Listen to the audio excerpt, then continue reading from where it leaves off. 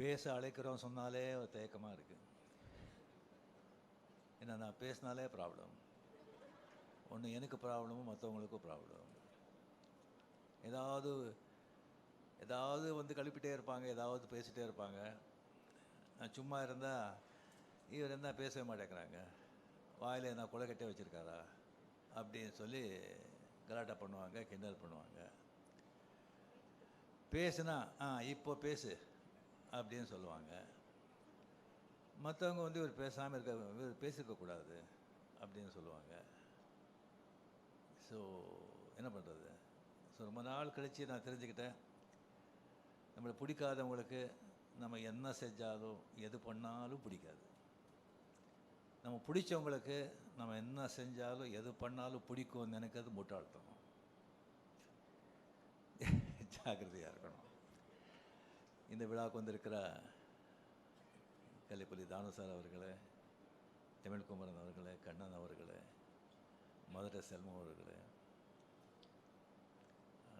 சிம்ரன்ஜி and பத்திரிகை நண்பர்கள் அனைவருக்குமே என்னுடைய அன்பார்ந்த வணக்கங்கள்.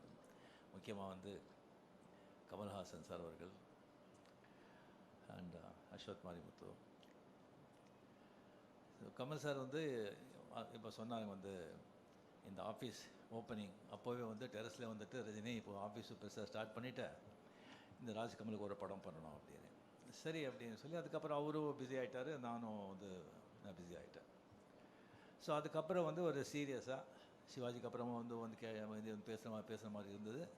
அதுக்கப்புறம் ஒரு வாட்டி லாஸ்ட்டு வரும்போது அவர் டோன்லேயே கொஞ்சம் இதாக இருந்தது, படம் பண்ணணும் அப்படின்னு. சரி சார் நம்ம பண்ணலாம் அப்படின்னு சொல்லிட்டு இது வந்து டைரக்டர் வந்து ஆக்சுவலாக பார்த்திங்கன்னா அஸ்வத் மாரிமுத்து வந்து இது 4வது டைரக்டர். ஃபஸ்ட்டு நம்ம பண்ணும்போது ரவிக்குமார் ஃபிக்ஸ் பண்ணியிருந்தோம். சரி அது வந்து சரியாக திஸ்டிங் வரலன்னு சொல்லி அப்படியே வந்து இதாகிடுச்சு. அதுக்கப்புறம் நம்ம சுந்தர் சி சாருக்கு வந்து வேறு ஒரு படம் இருந்தது, கொஞ்சம் டிலே ஆகிட்ட மாதிரி இருந்தது. அதனால் நம்ம இது வந்து நான் விலகிக்கிறேன் சார், நம்ம அப்புறம் பண்ணிக்கலாம் அப்படின்னு சொல்லி இதாச்சு. அதுக்கப்புறம் நம்ம சிவி சக்கரவர்த்தி அவர் கதையெல்லாம் கேட்டு ரொம்ப நல்லா இருந்தது. பட் என்ன சொல்ல, ரொம்ப சென்சிட்டிவ் சப்ஜெக்ட் அது ஒரு கம்ப்ளீட்லி ஒரு நியூக்ளியர் சயின்டிஸ்ட் பற்றி, அந்த நியூக்ளியர் வெப்பன்ஸ் பற்றி, ஷூட்டிங் ஆப்கானிஸ்தான், ரஷ்யா, அந்த மாதிரியெல்லாம் ஒரு ரொம்ப நைஸ் சப்ஜெக்ட். பட் ரொம்ப ரொம்ப சென்சிட்டிவ், ரொம்ப ரொம்ப ஜாகிரதையாக டீல் பண்ணுறோம், டைம் கன்சியூமிங். ஸோ அதனாலே வந்து அதை வந்து நம்ம அப்புறம் இது பண்ணிக்கலாம் அப்படின்னு சொல்லும்போது தான் அஸ்வத் மாரிமுத்துவை நம்ம வந்து இந்த படத்துக்குள்ளே வந்தார்.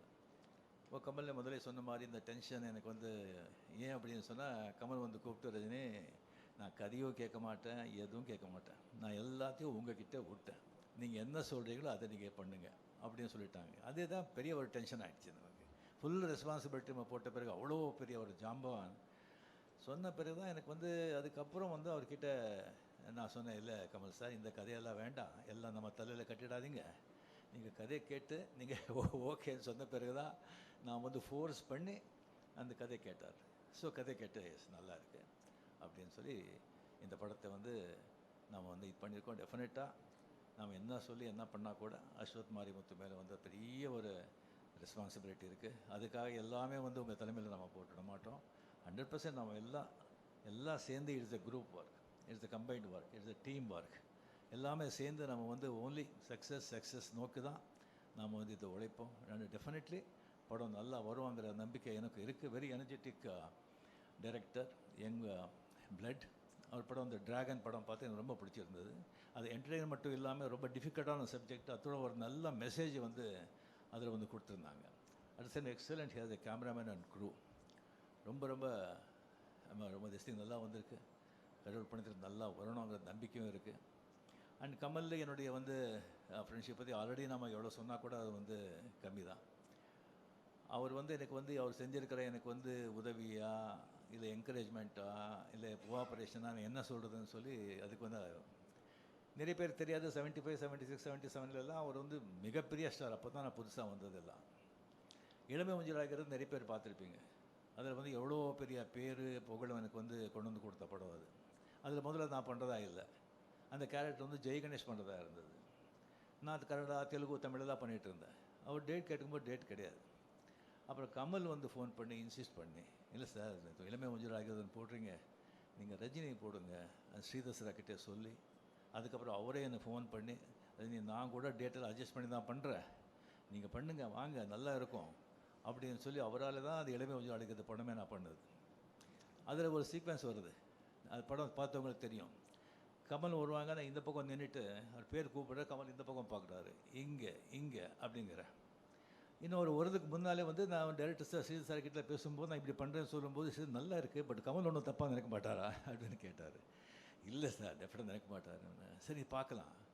சரி வந்து வந்தாங்க கமல் இப்படி வந்து நான் வந்து சொல்லிட்டு இங்கே இங்கே கமல் ரஜினி சூப்பர் அப்படின்னு சொன்னார்.